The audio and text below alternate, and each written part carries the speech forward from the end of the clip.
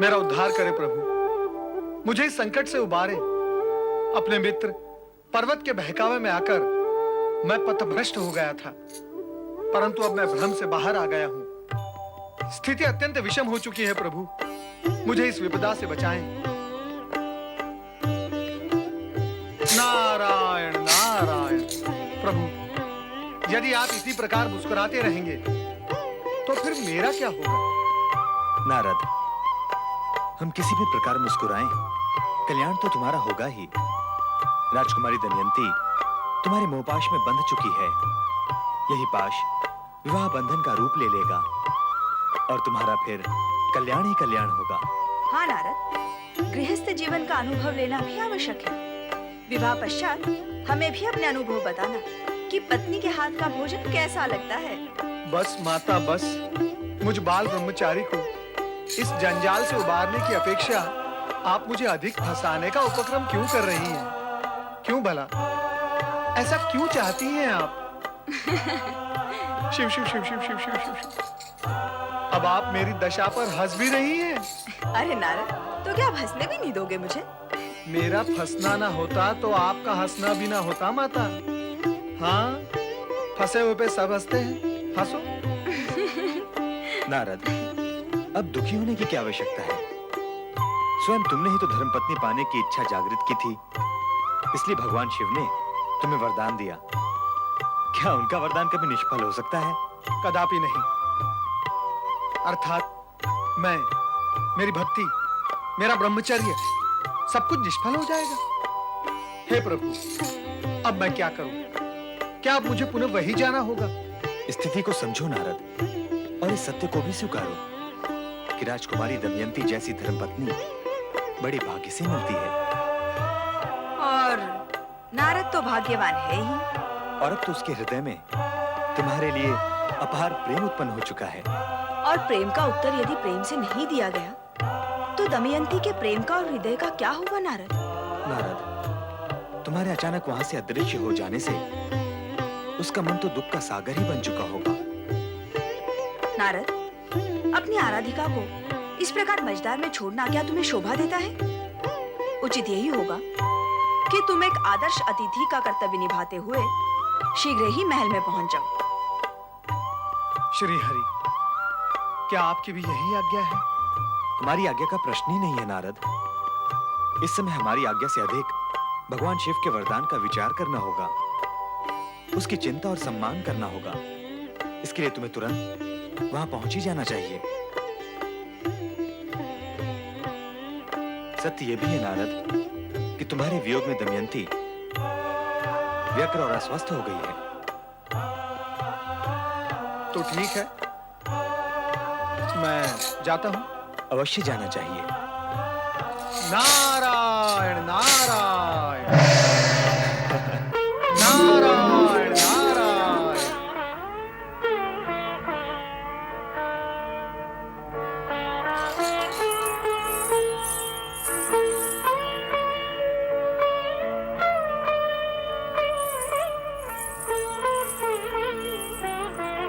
प्रणाम मुनिवर। कहाँ चले गए थे अतिथि देव? जब से आप गए हैं तब से राजकुमारी दमयंती ने अन्न जल त्याग दिया है। बस उदास बैठी आंसू बहाती रहती है। मैं तो रमता जोगी हूँ, किसी एक स्थान पर अधिक समय तक टिक नहीं सकता। कृपया आप राजकुमारी से कहें कि वो मेरे लिए दुख न करे। दुखी तो वे होती ही हैं। मैं इसी समय जाकर उन्हें बताती हूँ कि आप आए हैं, फिर उनका सारा दुख दूर हो जाएगा। नारायण नारायण। पर्वत,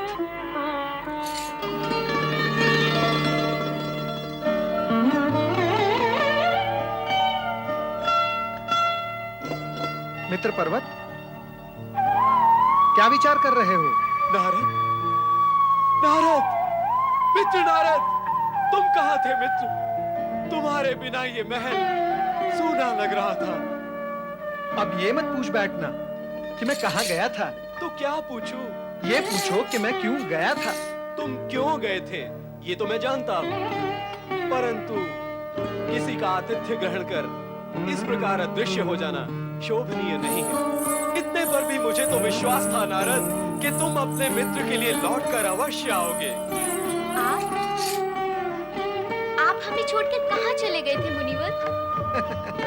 ये पूछकर आपको विशेष लाभ तो नहीं होगा, किंतु अब तो मैं लौट ही आया हूँ। आपके मित्र मुनिवर पर्वत ने बताया आप संगीत में विशारद हैं, बहुत अच्छे गायक भी हैं। ये बात आपने हमसे क्यों छुपाई?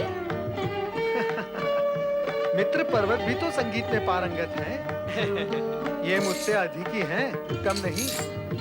हम दोनों एक ही गुरु के शिष्य हैं। मुनि पर्वत, आपने ये बात मुझे नहीं बताई? अपने विषय में कुछ कहना उचित होता है क्या? गुण की विशेषता तो तब है जब उसे गुणी नहीं, गुण को परखने वाला बखान करे। आप दोनों ही गुणी हैं।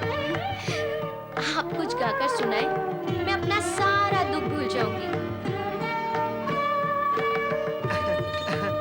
आज नहीं, फिर कभी।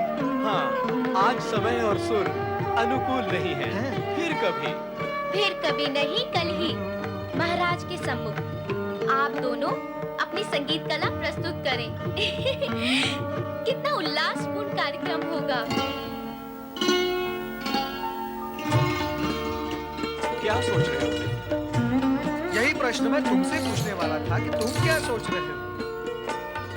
सत्य कहने में संकोच कैसा? हाँ? मैं तो राजकुमारी दमयंती के अतिरिक्त और कुछ सोचने की स्थिति में ही नहीं हूँ। दिन रात आठों पहर उसी के विचारों में डूबा रहता हूँ। आंखों के सामने सदा वही रहती है। नारायण नारायण। परंतु इस समय तुम्हारी आंखों के सामने कौन है? मैं तो तुम्हें दिखाई दे रहा हूँ ना। मित्र, विनोद न करो। नारायण नारायण, उत्तम, अति उत्तम। तुम प्रेम करोगे और मुझे विनोद भी नहीं करने दोगे? प्रेम?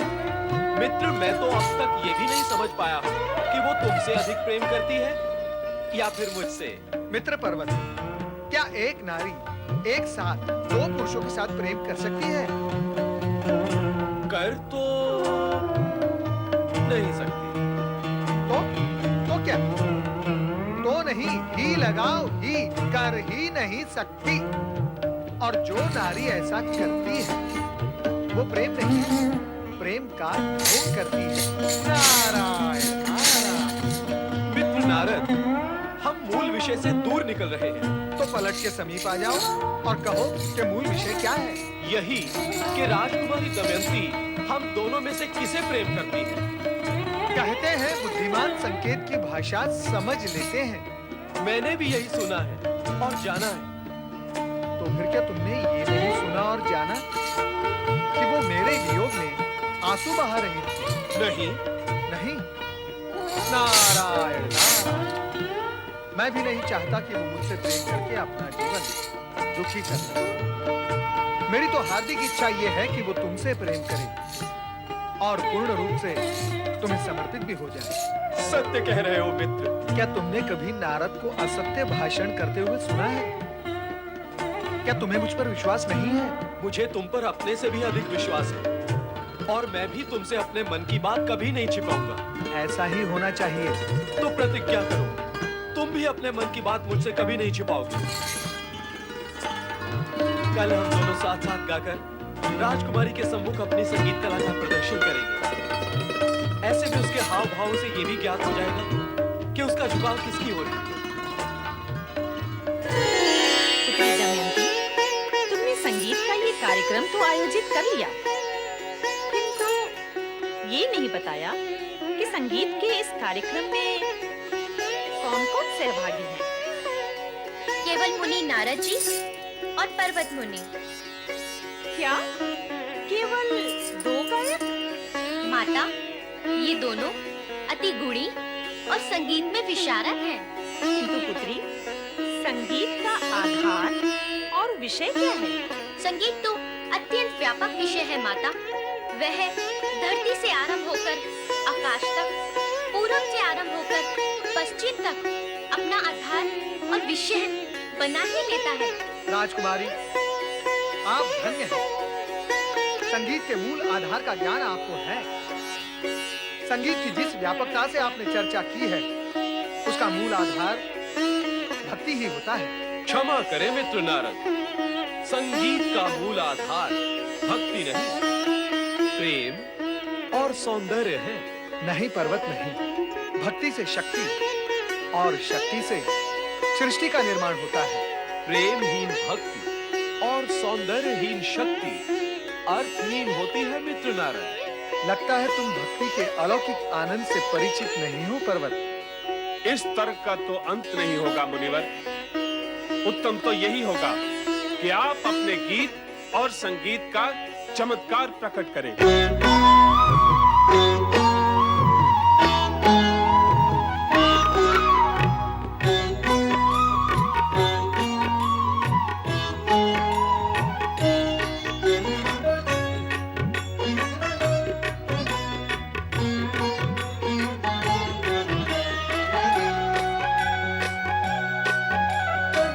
भक्ति में है शक्ति बंधु, शक्ति से संसार। हाँ, भक्ति में है शक्ति बंधु, शक्ति से संसार। भक्ति ही है भय बंधन से मुक्ति का आधार। भक्ति में सौंदर्य भी है, योगी है न विसार। ओ भक्ति में सौंदर्य भी है, योगी है न विसार। ये सौंदर्य प्रेम का पूजन है संसार का सार। भक्ति में है शक्ति बंधु, शक्ति से संसार। हाँ, भक्ति में सौंदर्य भी है, योगी है न विसार।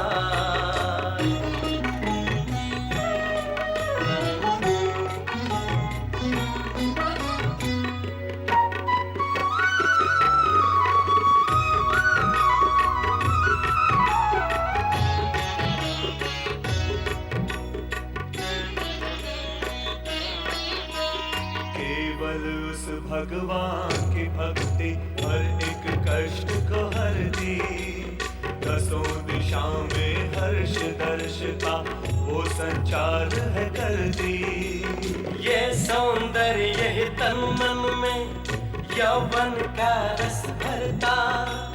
धन्य है उनके नयन जो देखे कण कण में सुंदरता। यही वो धन्य है जो पाए भक्ति का उपहार। भक्ति में है शक्ति बंधु, शक्ति से संसार। भक्ति में सौंदर्य भी है, योगी है न विसार।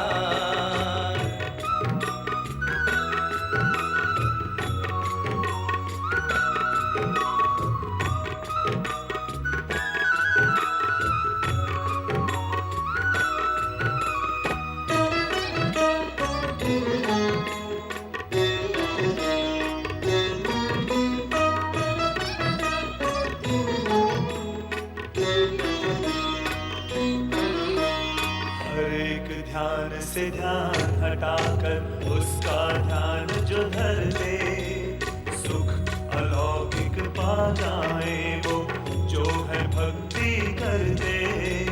सुख अलौकिक का सपना कुछ भौतिक सुख है महान। प्रेम है जीवन, प्रेम से कर दो प्रेम को जीवन दान। भक्ति करने से मिट जाते मन के सभी विकार। भक्ति में है शक्ति बंधु, शक्ति से संसार। भक्ति में सौंदर्य भी है, योगी है न विसार।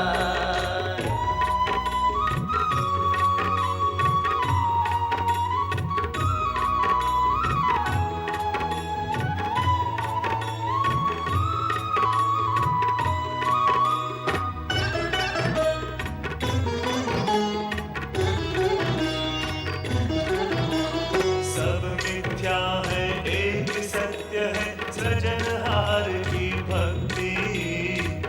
सौंदर्य प्रेम से निश्चित है तन मन की मुक्ति। भक्ति अभय है, प्रेम अजय है, भक्ति सनातन, प्रेम है जीवन, भक्ति तुष्टि, प्रेम से सृष्टि, भक्ति भावना, प्रेम कामना, भक्ति अजर है, प्रेम अमर है, भक्ति है नित्य, प्रेम है सत्य, भक्ति समर्पण, प्रेम से सर्जन, भक्ति निश्चल, प्रेम से है बल, भक्ति सुखमय, प्रेम है सुरलय।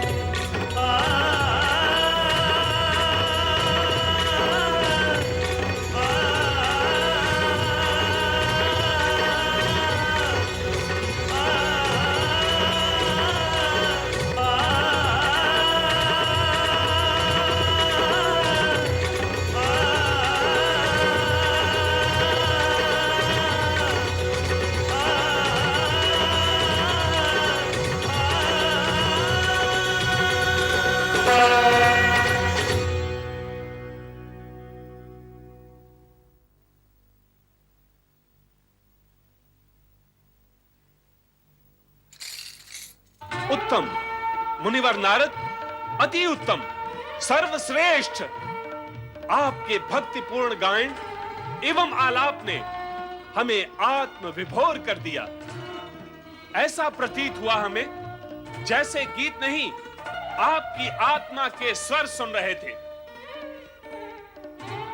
पर्वत मुनि, आपका गायन एवं वीणा वादन भी श्रेष्ठ है। आपको निराश होने की आवश्यकता नहीं।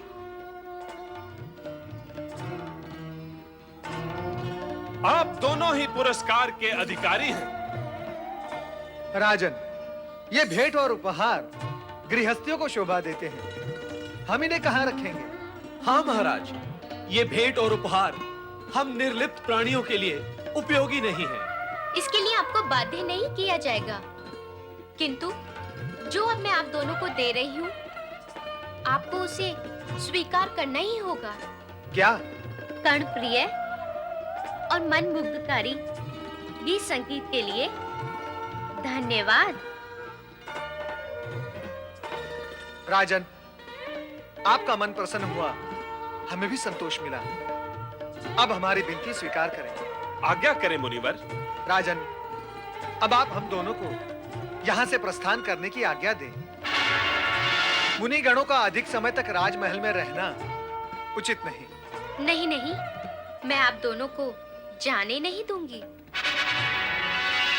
मुनिजन, हम अपनी पुत्री की इच्छा के विरुद्ध व्यवहार करने का विचार ही नहीं कर सकते। और वैसे भी अब आप हमारे अतिथि नहीं रहे, हमारे समान ही इस महल के वासी हो चुके हैं। इसलिए यहाँ से जाने का विचार त्याग दें।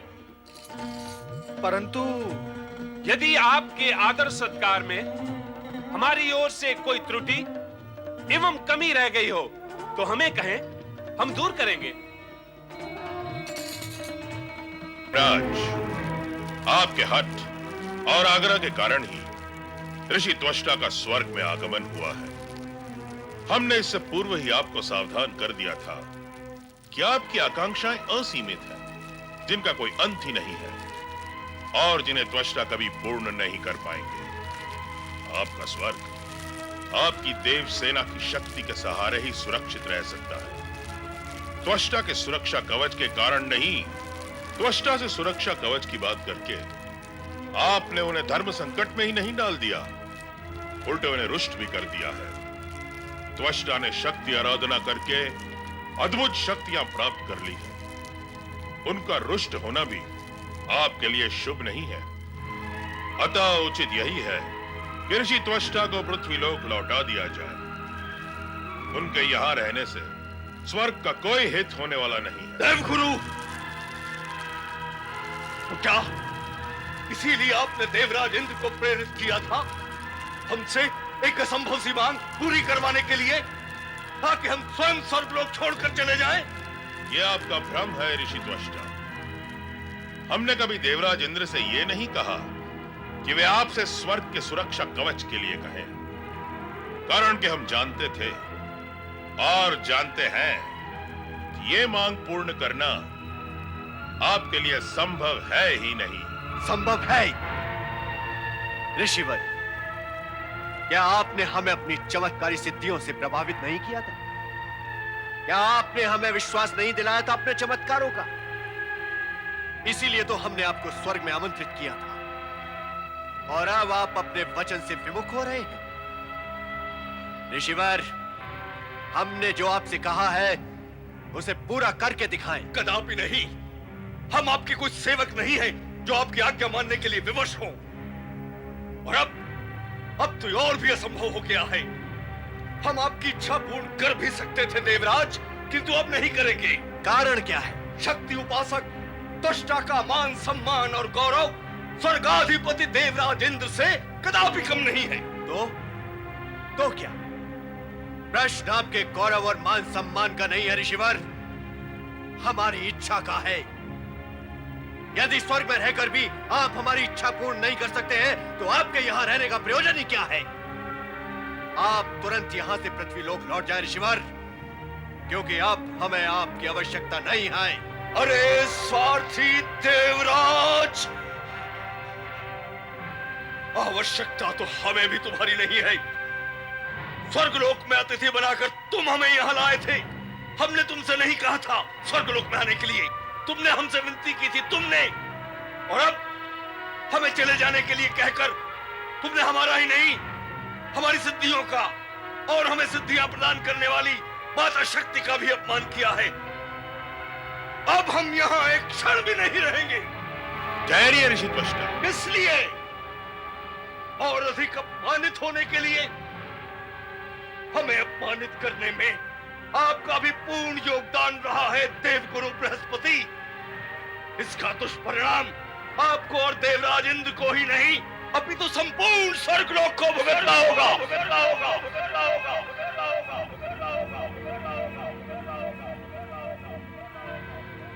देवराज, जो हुआ अच्छा नहीं हुआ। त्वष्टा को अपमानित करके आपने अपने लिए एक नए संकट को जन्म दे दिया है। हमें सावधान रहना होगा। अभिमानी त्वष्टा अपने अपमान का प्रतिशोध अवश्य लेगा। कहाँ हो तुम सब? कहाँ चले गए मेरे शिष्यगण? प्रणाम गुरुदेव। प्रणाम गुरुदेव। प्रणाम गुरुदेव। प्रणाम गुरुदेव। मेरे शिष्यों, स्वर्गलोक में इंद्र द्वारा हमारा घोर अपमान हुआ है। उस अपमान का प्रतिशोध हम अवश्य लेंगे। माता शक्ति की आराधना करके हम एक ऐसे यज्ञ का अनुष्ठान करेंगे जो कि इंद्र के लिए घातक सिद्ध होगा। इसलिए प्रिय शिष्यों, इंद्र विरोधी महायज्ञ की तैयारियां आरंभ करो। जैसे आपकी आज्ञा गुरुदेव।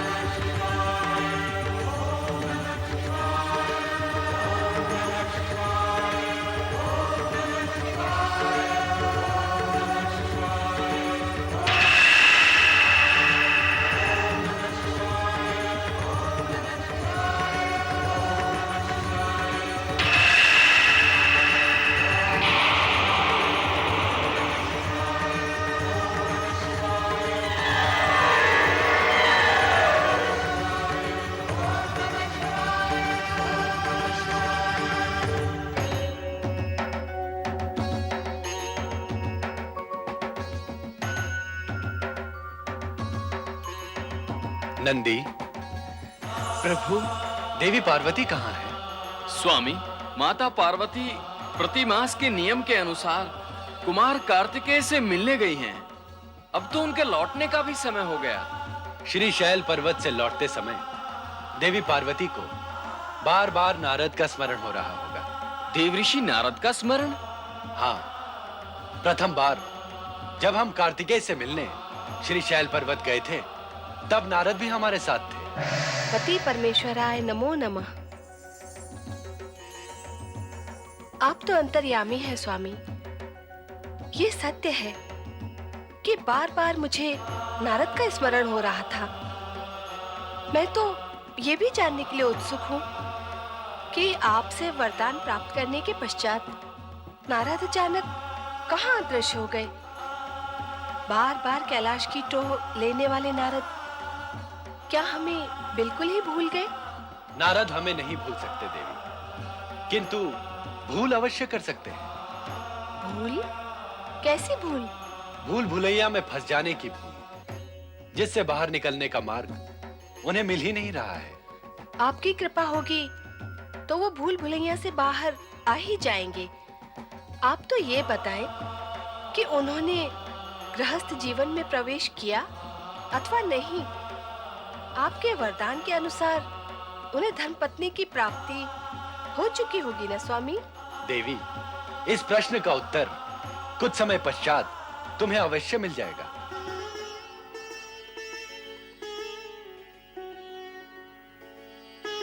न जाने किस दशा में होंगे नारद।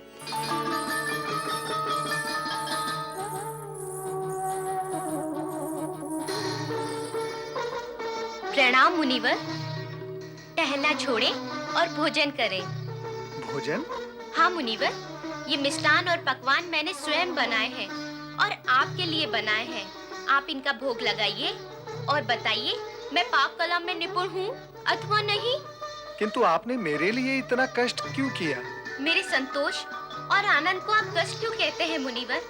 आपको भोजन कराकर मुझे जो संतुष्टि और आनंद की प्राप्ति होगी उसकी तो आप कल्पना भी नहीं कर सकते। मैंने जो कल्पना नहीं की थी वही सब कुछ तो घटित हो रहा है राजकुमारी। आप इतना संकोच क्यों कर रहे हैं मुनिवर? यदि आप इसी प्रकार संकोच करते रहे तो मैं अपने हाथों से बैठाकर आपको भोजन कराऊंगी।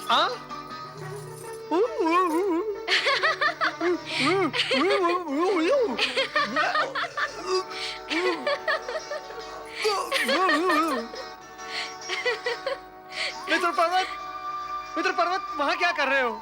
यहाँ आओ, चले आओ, मेरे पास आओ, मेरे साथ बैठकर मेरे साथ भोजन करो, है ना? बुलाओ उन्हें। मुनिवर पर्वत, आपका भोजन आपके कक्ष में पहुँच गया है। ये नारद जी का भोजन है। पर्वत नहीं, नहीं पर्वत, पर्वत।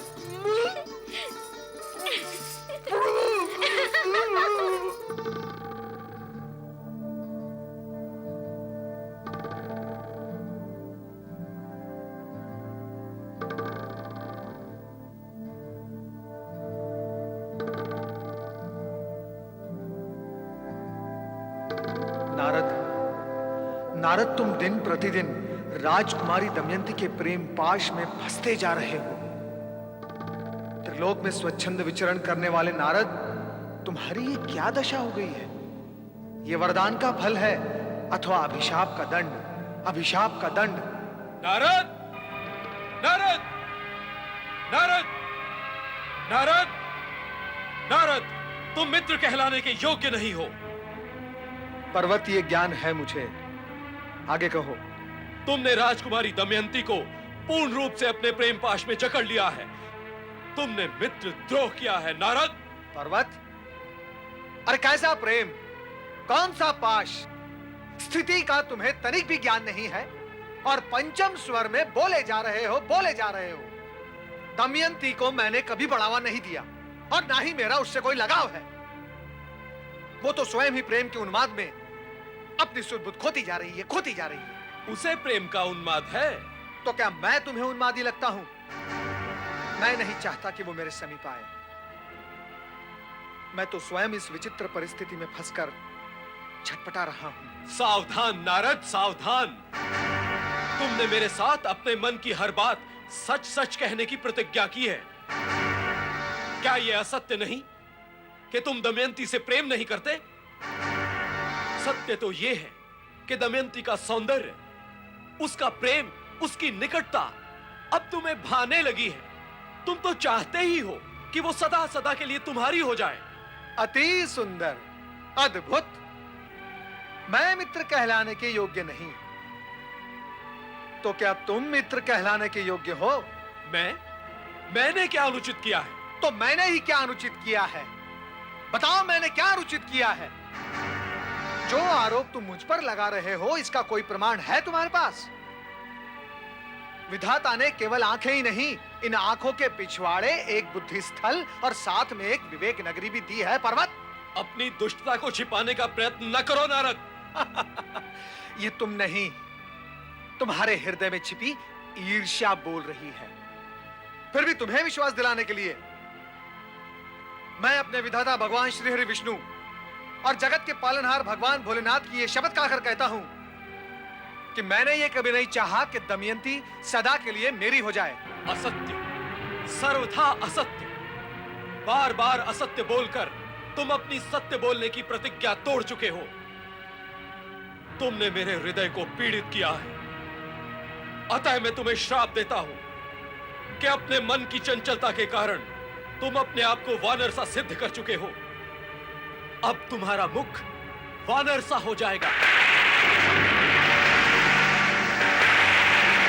तुम वानर मुखी बन जाओगे।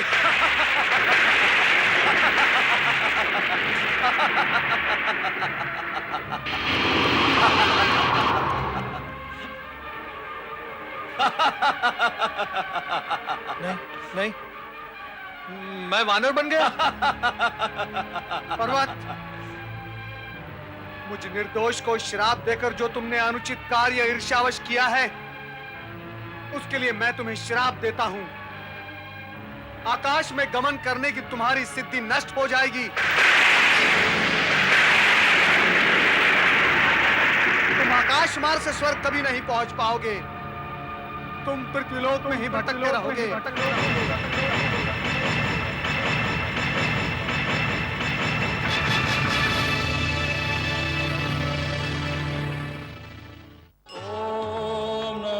शिवाय।